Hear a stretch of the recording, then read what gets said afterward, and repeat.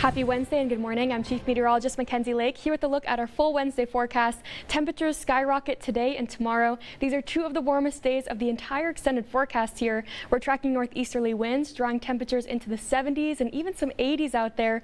Make sure to get out and enjoy, but keep in the back of your mind, we're still tracking fire weather concerns. So if you remember yesterday, we were talking about this red flag warning. This was extended by the National Weather Service. We're tracking critically low humidity values down to 2% in some areas. And we actually saw record-breaking humidity values over the last couple of days. Not only are we tracking really dry conditions, really dry brush, but we also have some stronger winds heading into Thursday afternoon. That's our next round of Santa Ana's working in, so gusts could be upwards of 40 to 50 miles an hour. We've talked about this system only looking to be more moderately impactful, so maximum gusts upwards of 50 miles an hour, a stark difference from those 100 mile per hour wind projections just earlier this work week. So here's a look at winds in Ventura County for the remainder of the day. Maxing out at 21 miles per hour there. So if you're heading home at around 5 or 6 p.m., expect a pretty blustery afternoon. Fire safety needs to be at the very forefront of your mind today and tomorrow, but then that red flag warning should be dropping off and we have a stark weather pattern change. So I want to spend more time talking about our extended forecast here because this is a potent low pressure system. It's moving over the central coast. It's going to cause our temperatures to plummet 10 to 15 degrees. And not only is it going to cause this cooling trend, these cloudy skies, well, it's going to bring in the chance for rainfall.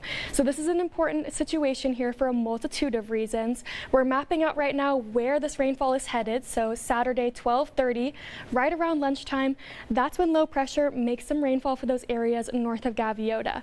As we head into the overnight hours, 8 p.m. and then early on into Sunday morning, I think this low pressure system begins to strengthen. And of course, I think that's when some of the strongest amounts of rainfall will be.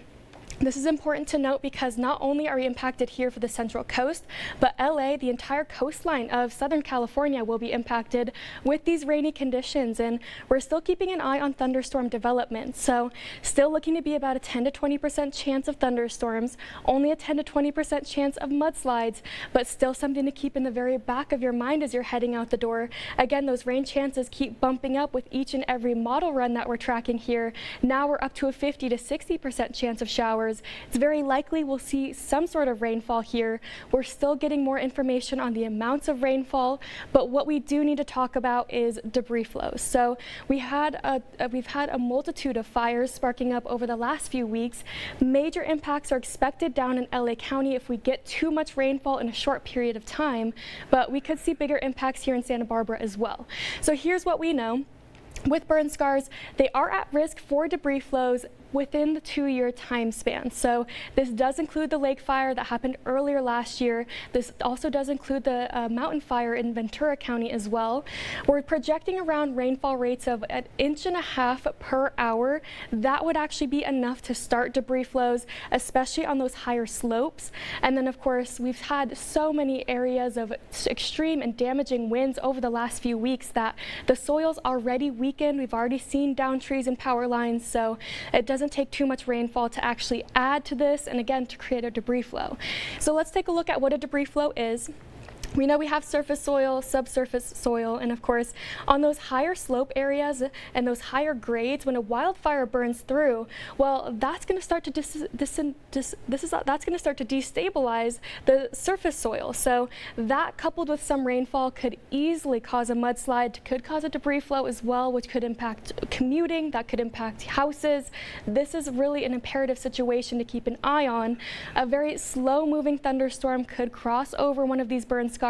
And again, it could be pretty devastating, especially for anyone living around those areas in LA or even in Ventura County as well. But let's take a look at our temperatures for our Friday. So we're warming back, or for our Wednesday. So we're warming back up into the 70s for a majority of the region, maxing out at 77 there in San Luis Obispo, 73 in Avila Beach, and then overnight lows, we're cooling back down into the 40s and 50s. Have a good one.